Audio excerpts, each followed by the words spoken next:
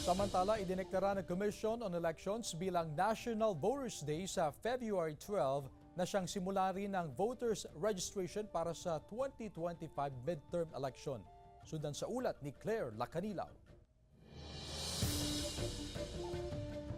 Hindi nakakaligtaan ng 63 anyos na si Belia Verona mula Bunuan Bukid, Dagupan City ang pagboto tuwing eleksyon. Isa raw ito sa mga karapatan ng mamamayang Pilipino na katulad niya. Dapat lang na mag-register na mas maga para kumbaga makaprepare ka. Sa pagre-register mo, alam mo na kasama ka na. Puspusan ang paghahanda ng COMELEC para sa 2025 midterm elections. Idineklara ng COMELEC ang February 12 bilang pambansang araw ng mga botanteng Pilipino o National Voters Day, kung saan sa parehong araw rin magsisimula ang voters registration na magtatagal hanggang September 30. Nakikipag-ugnayan na ang COMELEC sa iba't ibang paaralan para sa simultaneous kick-off ng voters registration.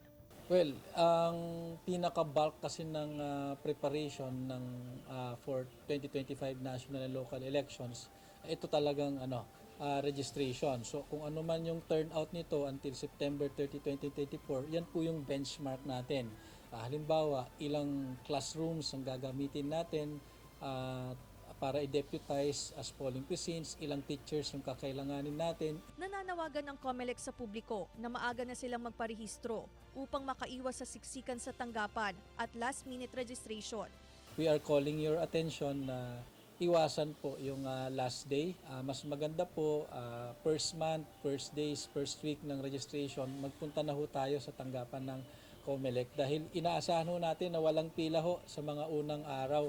Kasama si Henry Duminsil, Claire Lacanilaw, 1 North Central Luzon.